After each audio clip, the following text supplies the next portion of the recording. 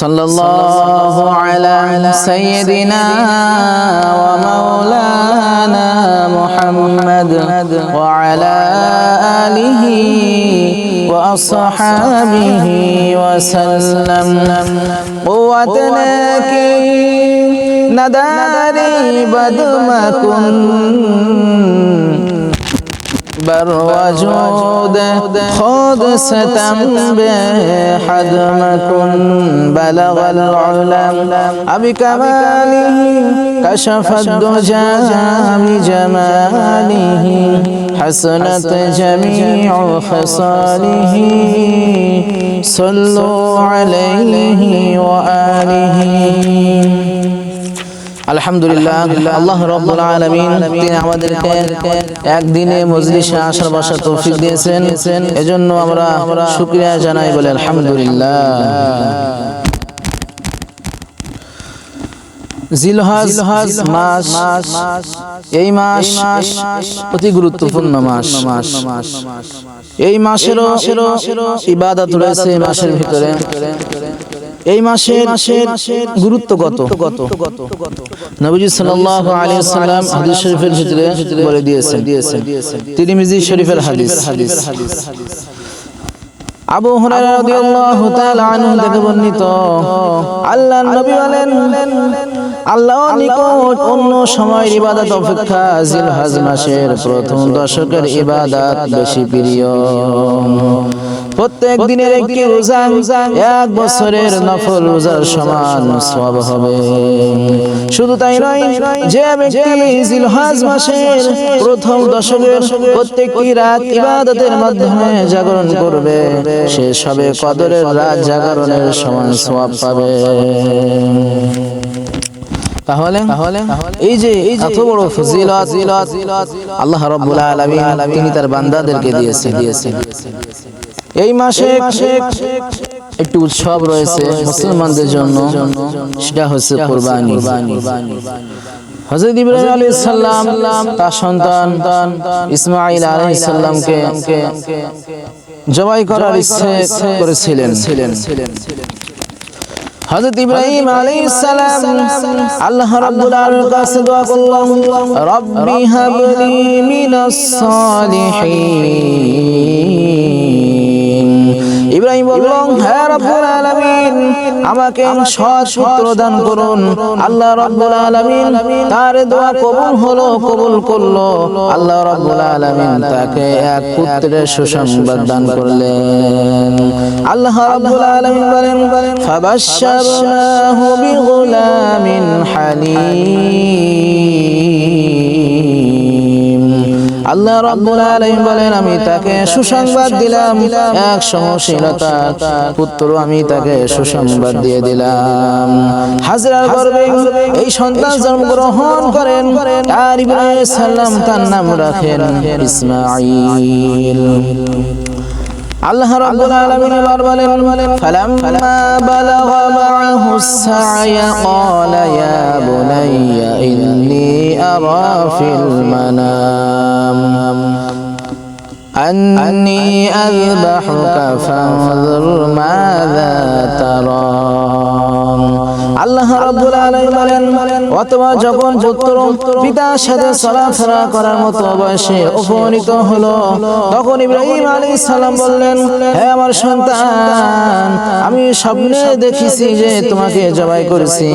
হযরত ইব্রাহিম আলাইহিস সালাম যখন এই স্বপ্নে দেখলেন, আল্লাহ তাআলার পক্ষ থেকে ইব্রাহিম আলাইহিস সালামের প্রতি একমাত্র পুত্রকে জবাই করার হুকুম হয়েছে। আল্লাহ রাব্বুল আলামিন হুকুম দিয়েছেন তার সন্তানকে জবাই করবেন। সে সময় ইসমাঈল আলাইহিস সালামের বয়স ছিল 13 বছর, কেউ কেউ বলেন তিনি সাবালক হয়ে গিয়েছিলেন। যখন ইব্রাহিম আলাইহিস সালামকে আদেশ করা হলো, ইব্রাহিম আলাইহিস সালাম পুত্রকে বললেন, হে পুত্র, আমি স্বপ্নে দেখছি যে তোমাকে জবাই করতে হবে। আমার প্রিয় ভাইরা এবার পুত্র কি বললেন? ক্বালা ইয়া আবাতি ফাআল মা তুমার। হে আমার পিতা, ইফআল, আপনি করুন যে আপনাকে আদেশ করা হয়েছে, সেটাই আপনি করুন। সাতাজিদুনি ইনশাআল্লাহু মিনাস সাবিরিন। এবার ইসমাঈল আলাইহিস সালাম বললেন, হে আমার পিতা সাতাজিদুন ওয়াসিনা, আপনি আমাকে পাবেন সাবিরিনদের অন্তর্ভুক্ত পাবেন ইনশাআল্লাহ। যদি আল্লাহ চায় আপনি আমাকে সবরকারীদের অন্তর্ভুক্ত পাবেন। হযরত ইসমাঈল আলাইহিস সালাম তার পিতাকে ভেবে বললেন। অবশেষে পিতা পুত্র ভাই যখন এই অভিনব ইবাদত উদযাপন করার উদ্দেশ্যে কুরবানি দিতে গিয়েছিলেন, তখন ইসমাঈল আলাইহিস সালাম পিতাকে বললেন, পিতা আমাকে খুব শক্ত পদে বেঁধে দিন যাতে আমি বেশি ছটফট করতে না পারি। আপনার পরিধেয় বস্ত্র সামনে নিন যাতে আমার রক্তের ছিটা তাতে না পড়ে, এতে আমার সওয়াব হ্রাস পেতে পারে। এছাড়া রক্ত দেখলে আমার মা অধিক ব্যাকুল হবেন। আপনার ছুরিটিও ধার দিয়ে নিন এবং তা আমার গলায় দ্রুত চালাবেন যাতে আমার প্রাণ সহজে বের হয়ে যায়, কারণ মৃত্যু বড় কঠিন ব্যাপার। আপনি আমার মায়ের কাছে বসে আমার সালাম বলবেন। যদি আমার জামা তার কাছে নিয়ে যেতে চান তবে নিয়ে যাবেন, হয়তো এতে তিনি কিছুটা সান্ত্বনা পাবেন। একমাত্র পুত্রের মুখে সব কথা শুনে পিতার মানসিক অবস্থা যে কি হতে পারে তা সহজেই বোঝা যায়। কিন্তু ইব্রাহিম আলাইহিস সালাম দৃঢ়তার অটল পাহাড়ে উত্তর দিলেন, হে আমার বৎস, আল্লাহ তাআলার নির্দেশ পালন করার জন্য তুমি আমার চমৎকার সহযোগিতা হয়েছো। অথবা তিনি পুত্রকে চুমু করলেন অথবা চোখে পানি নিয়ে তাকে বেঁধে নিলেন। হযরত ইব্রাহিম আলাইহিস সালাম তাকে বেঁধে নিলেন। প্রথমে ইব্রাহিম আলাইহিস সালাম তাকে সোজা করে শুয়ে দিলেন, কিন্তু বারবার ছুরি চালানো সত্ত্বেও গলা কাটছিল না, কারণ আল্লাহ রাব্বুল আলামিন নিজ কুদরতে পিতলের একটি টুকরা মাঝখানে অন্তরায় করে দিয়েছিলেন। তখন পুত্র নিজে আবদার করে বললেন, হে আমার পিতা, আমাকে কাত করে শুয়ে দিন, কারণ আমার মুখমণ্ডল দেখে আপনার মধ্যে এক মায়া চলে আসবে, ফলে গলা সম্পূর্ণরূপে কাটা হবে না। এছাড়া ছুরি দেখো আমি ঘাবড়ে যাব। সে মতে ইব্রাহিম আলাইহিস সালাম তাকে এভাবে শুয়ে ছুরি চালাতে থাকেন। ছুরি চালানো শুরু করলাম। আল্লাহ রাব্বুল আলামিন এবার ডাক দিয়ে বললেন, ওয়ানাদাইনাহু আইয়া ইব্রাহিম قد صدقت الرؤيا। আল্লাহ রাব্বুল আলামিন বলেন, আমি তাকে ডেকে বললাম, হে ইব্রাহিম, তুমি স্বপ্নকে সত্য পরিণত করে দেখিয়েছো। আল্লাহ রাব্বুল আলামিন যে নির্দেশ তোমাকে দিয়েছিল সেই নির্দেশ তুমি পালন করেছো। আল্লাহ রাব্বুল আলামিন এবার বলেন, ইন্না কাযালিকা নাজজিল মুহসিনিন, আমি খাঁটি বান্দাদেরকে এমনই প্রতিদান দিয়ে থাকি। আল্লাহ রাব্বুল আলামিন এবার বলেন, ওয়াফাদাইনাহু বিযিবহিন আযীম, আমি জবাই করার জন্য এক মহাজীবের বিনিময় দিলাম। বর্ণিত আছে যে হযরত ইব্রাহিম আলাইহিস সালাম গায়েবী আওয়াজ শুনে উপরের দিকে দৃষ্টি দিলে জিবরাইল আলাইহিস সালামকে কি ভেড়া নিয়ে দাঁড়ানো দেখলেন। এই জান্নাতে ভেড়া ইব্রাহিম আলাইহিস সালামকে দেওয়া হলে তিনি আল্লাহ তাআলার নির্দেশ ক্রমে পুত্রের পরিবর্তে সেটি কুরবানি করলেন। তাহলে হযরত ইব্রাহিম আলাইহিস সালাম সেই ভেড়াটিকে তিনি কুরবানি করলেন। সেই কুরবানি আমাদের সামনে আসতেছে। এই কুরবানির অনেক ফজিলত রয়েছে। ইবনে মাজাহ শরীফের হাদিস, নবী সাল্লাল্লাহু আলাইহি ওয়াসাল্লাম খুবই গুরুত্বপূর্ণ কথা বলেছেন। আল্লাহর নবী বিশ্বনবী রাহমাতুল লিল আলামিন বলেন, ঈদুল আযহার দিন কুরবানির পশু রক্ত প্রবাহিত করা আল্লাহ তাআলার নিকট সবচেয়ে বেশি প্রিয় আমল। নিঃসন্দেহে কুরবানির পশু রক্ত মাটিতে পড়ার পূর্বে তা আল্লাহ তাআলার নিকট কবুল হয়ে যায়, সুতরাং মনের খুশিতে তা আদায় করো। সাহাবায়ে কেরাম ইয়া রাসূলুল্লাহ, ইয়া হাবিবাল্লাহ, কুরবানি কি? তিনি উত্তর দিলেন, তোমাদের পিতা ইব্রাহিম আলাইহিস সালামের সুন্নাত। তারা পুনরায় করল, ইয়া রাসূলুল্লাহ, এতে আমাদের জন্য কি আছে? আল্লাহর নবী বললেন, আমার সাহাবীরা শোনো, পশুর প্রতিটি পশমের বিনিময়ে একটি করে সওয়াব তার আমলনামায় লেখা হবে। আবার সাহাবায়ে কেরাম বললেন ইয়া রাসূলুল্লাহ ভেড়ার ক্ষেত্রে কি পাবো? তিনি ইরশাদ করলেন ভেড়ার প্রতিটি পশমের বিনিময়ে একটি করে সওয়াব দেওয়া হবে। হযরত আব্দুল্লাহ ইবনে ফারাদ রাহমাতুল্লাহি আলাইহি বলেন নবী সাল্লাল্লাহু আলাইহি ওয়াসাল্লাম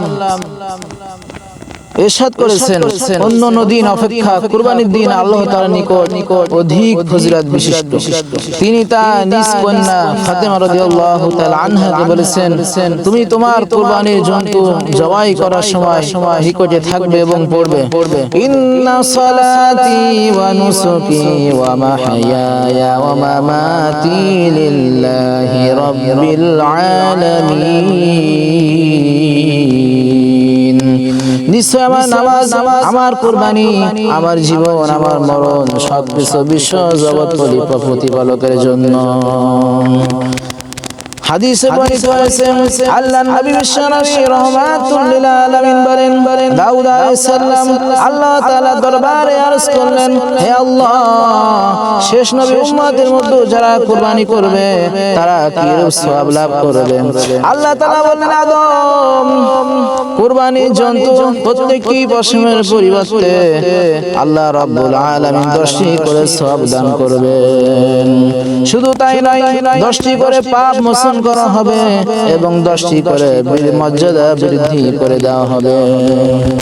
দাউদ আলাইহিস সালাম আরজ করল রব্বুল আলামিন কুরবানি জন্তুর পেট ফাড়ার কারণে কি রূপ নেকি অর্জিত হবে? আল্লাহ তাআলা বললেন এর বিনিময় হলো ব্যক্তি যখন রোজ কিয়ামতে কবর হতে উঠবে তখন সে ক্ষুধা পিপাসা অনুভব করবে না। শুধু তাই নয় সে কিয়ামতের ভয় ভীতি হতে মুক্ত থাকবে। হে দাউদ যে ব্যক্তি কুরবানি করে তার কুরবানি প্রত্যেকটি গোশতের টুকরা পরিবর্তে ভেস্তের উট পরিমাণ একটি করে উট এবং ভেস্তের অশ্ব পরিমাণ একটি করে অশ্ব ভেস্তের মধ্যে দান করা হবে। শুধু তাই নয় কুরবানি জন্তুর দেহে যত পশম থাকবে তাকে ততোটি প্রাসাদ প্রদান করা হবে। প্রত্যেকটি পশমের পরিবর্তে খেদমতের জন্য তাকে হুর দেওয়া হবে। হ্যাঁ দাউদ তুমি অবগত নাও যে কুরবানি পশু কুরবানি দাতাদের যানবাহন। সুবহানাল্লাহ কুরবানি বিবাদ ও পাপকে দূর করে দেয়। অতএব তুমি লোকগণকে কুরবানি করতে আদেশ করো। আল্লাহর নবী বিশ্বনবী রাহমাতুল লিল আলামিন বলেছেন তোমরা উত্তম রূপে কুরবানি করো কেননা তা রোজ কিয়ামতে তোমাদের জন্য যানবাহন হবে।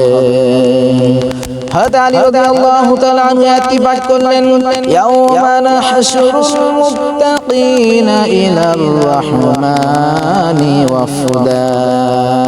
সেদিন রহমানের দিকে আল্লাহ ভীরু লোকদের হাসর হবে। তখন তারা তাদের উটের উপর ভালোভাবে আরোহণ করবে আর এই সমস্ত উট তাদের কুরবানির উট ছাড়া আর কিছুই নয়। কুরবানির পরিবর্তে তারা এমন ধরনের উট পাবে যা তারা জীবনে কোনোদিন দেখিনি। শুধু তাই নয় উটের পিঠের উপর স্বর্ণের হাওদা ও মুখে জবরদস্তের লাগাম থাকবে। এ উট আরোহণ করে তারা ভেস্তের দরজায় গিয়ে আঘাত করতে থাকবে। এ উটের উপর আরোহণ করে তারা ভেস্তের দরজায় গিয়ে আঘাত করতে থাকবে। নবী সাল্লাল্লাহু আলাইহি ওয়াসাল্লাম বলেছেন হে মুসলিমগণ আনন্দ উৎফুল্লতার সাথে তোমরা কুরবানি করো।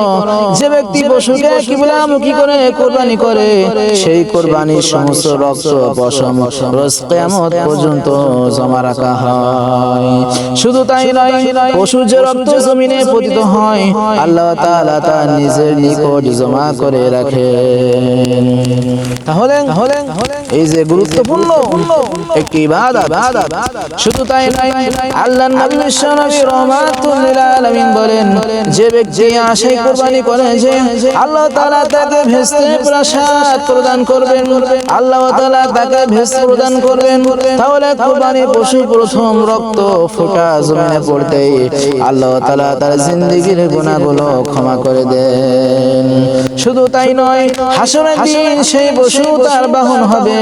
পশুর দেহে যত পশম থাকবে সেই পরিমাণ নেকি আল্লাহ তাআলা তার আমলনামায় দান করবে। তাহলে আমাদের যাদের সাধ্য রয়েছে আমরা এই কুরবানির ফজিলত থেকে মাহরুম হব না। এই কুরবানির দিন, ঈদের দিন বহু ফজিলত রয়েছে। নবীজি সাল্লাল্লাহু আলাইহি ওয়াসাল্লাম বলেছেন, যে ব্যক্তি কুরবানির দিন ঈদের নামাজ পর্যন্ত পানাহার ও স্ত্রী সহবাস হতে বিরত থাকবে, আল্লাহ রাব্বুল আলামিন তার আমলনামায় ৬০,০০০ বছরের ইবাদতের সওয়াব লিখে দিবেন। নবীজি সাল্লাল্লাহু আলাইহি ওয়াসাল্লাম আরো ইরশাদ করেছেন, ঈদের দিনে তাকবীরে তাশরিক পাঠ করা একটি হজ ও একটি উমরাহ সওয়াব লাভ হয়। সুবহানাল্লাহ। এই তাকবীর ৯ জিলহজ ফরজ নামাজের পর হতে শুরু করে ১৩ জিলহজ আসরের ফরজ নামাজের পর পর্যন্ত প্রতি ফরজ নামাজের পরে একবার পাঠ করা ওয়াজিব। নবীজি সাল্লাল্লাহু আলাইহি ওয়াসাল্লাম আরো বলেছেন, এই দিন যে ব্যক্তি গোসল করে সে যেন রহমতের সমুদ্রে অবগাহন করল, অর্থাৎ গোসল দ্বারা তার সমস্ত পাপরাশি ধুয়ে মুছে পরিষ্কার করে ফেলল। শুধু তাই নয়, আল্লাহর নবী বিশ্বনবী রাহমাতুল লিল আলামিন আরো কত সুন্দর সুন্দর ফজিলত জানিয়ে দিয়েছেন। হে উম্মতরা শোনো, যে ব্যক্তি ঈদের নামাজের জন্য নতুন কাপড় পরিধান করে এবং পুরাতন কাপড় গরিব মিসকিনকে দান করে দেয়, ওই হাসরের ময়দানে আল্লাহ রাব্বুল আলামিন তাকে ৭ প্রকারের নূরের অলংকার পরিধান করাবেন এবং নবীজি সাল্লাল্লাহু আলাইহি সাল্লামের ঝান্ডার নিচে তার আশ্রয় হবে। শুধু তাই নয়, নবীজি সাল্লাল্লাহু আলাইহি সাল্লাম আরো কত সুন্দর ফজিলত জানিয়ে দিয়েছেন। কেউ যদি ঈদের দিন এই নিয়তে নিজের কাপড়ে খুশবু লাগায় যে ফেরেশতাগণ তার সাথে মুসাফা করবে, তাহলে আল্লাহ রাব্বুল আলামিন তাকে অনেক গোলাম আজাদ করার সওয়াব দান করবেন। নবীজি সাল্লাল্লাহু আলাইহি ওয়াসাল্লাম আরো জানিয়ে দিয়েছেন, যে ব্যক্তি ঈদুল আযহা নামাজের পর ৪ রাকাত নফল নামাজ আদায় করে, তার আমলনামায় আল্লাহ রাব্বুল আলামিন সমস্ত আসমানি কিতাব তেলাওয়াতের সওয়াব দান করবেন। এই নামাজে প্রথম রাকাতে সূরা ফাতিহার শেষে সূরা ফাতিহার সাথে সাব্বিহিসমা রাব্বিকাল আ'লাল্লাযী, আর দ্বিতীয় রাকাতে সূরা ওয়াশ-শামস, আর তৃতীয় রাকাতে সূরা ওয়াল-লাইল এবং চতুর্থ রাকাতে সূরা দুহা পাঠ করবে। শুধু তাই নয়, নবী সাল্লাল্লাহু আলাইহি ওয়াসাল্লাম আরো ফজিলত জানিয়ে দিয়েছেন, যে ব্যক্তি ঈদের নামাজ আদায় করে ময়দান হতে বের হয়ে আসে, তার প্রতি কদমের পরিবর্তে আল্লাহ রাব্বুল আলামিন তাকে ১০০০ নেকি দান করবেন। শুধু তাই নয়, আল্লাহর নবী বিশ্বনবী রাহমাতুল লিল আলামিন বলেছেন, যে ব্যক্তি কিনের সাথে ঈদের নামাজ আদায় করবে তার আমলনামায় ১০,০০০ নেকি লেখা হবে এবং যে ব্যক্তি কিনের সাথে ঈদের খুতবা শ্রবণ করবে তাকে অনেক গোলাম আজাদ করার সওয়াব দান করা হবে। আল্লাহর নবী বিশ্বনবী রাহমাতুল লিল আলামিন বলেছেন, যে ব্যক্তি কুরবানি করার পর নিজ গৃহে কিংবা মসজিদে ২ রাকাত নফল নামাজ আদায় করবে, তার আমলনামায় হাজীদের এবং কুরবানির পশুর প্রতিটি পশম পরিমাণ সওয়াব লেখা হবে। এই নামাজের রাকাতে সূরা ফাতিহা শেষে সূরা ওয়াশ-শামস ৫ বার করে পাঠ করবে। এটি শ্রবণ করে সাহাবায়ে কেরাম আরজ করলেন, ইয়া রাসূলুল্লাহ, ইয়া হাবিবাল্লাহ, যে হতভাগ্য কুরবানি করতে না পারে সে কি করবে? আল্লাহর নবী বিশ্বনবী রাহমাতুল লিল আলামিন বললেন, সে ঈদের নামাজ আদায় করে ২ রাকাত নফল নামাজ আদায় করবে, এতে আল্লাহ রাব্বুল আলামিনের রহমতে অবশ্যই তার আমলনামায় অসংখ্য উট কুরবানি করার সওয়াব লেখা হবে।